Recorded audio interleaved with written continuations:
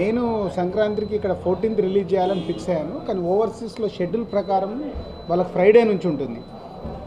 So నా డిస్ట్రిబ్యూటర్లు ఎప్పటి నుంచో అడుగుతున్నారు, సార్ మేము మాకు ఒక్కరోజు ఛాన్స్ ఇవ్వండి, మేము ముందు రిలీజ్ చేయాలి అని. మీ అందరికి గుర్తుందో లేదో, హ్యాపీ డేస్ కూడా ఇలాంటి సిచ్యువేషన్ నాకు వస్తే యూఎస్లో ఒకరోజు ముందు 2007లో హ్యాపీ డేస్ ఒకరోజు ముందు రిలీజ్ చేసాం.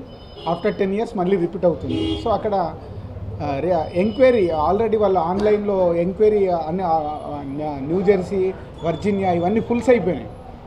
సో వాళ్ళు ఆల్రెడీ ఆన్లైన్లో ఓపెన్ చేశారు. సో ఇంకా డిస్ట్రిబ్యూటర్స్ అడుగుతూ ఉంటే సరే ఎలాగో ఒకసారి చేశాం కదా హ్యాపీ డేస్, ఈసారి కూడా చేద్దామని చేస్తాం.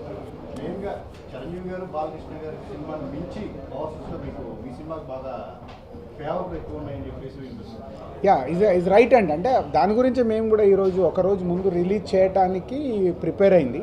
సో ఓవర్సీస్లో ఎప్పుడు ఒక యూత్ఫుల్ ఫ్యామిలీ ఎంటర్టైనర్స్ని లైటర్ వే సినిమాల్ని వాళ్ళు ఎక్కువ లైక్ చేస్తారు. సో దానివల్లేనేమో శతమానం భవతికి ఓవర్సీస్లో చాలా హైప్ ఉంది.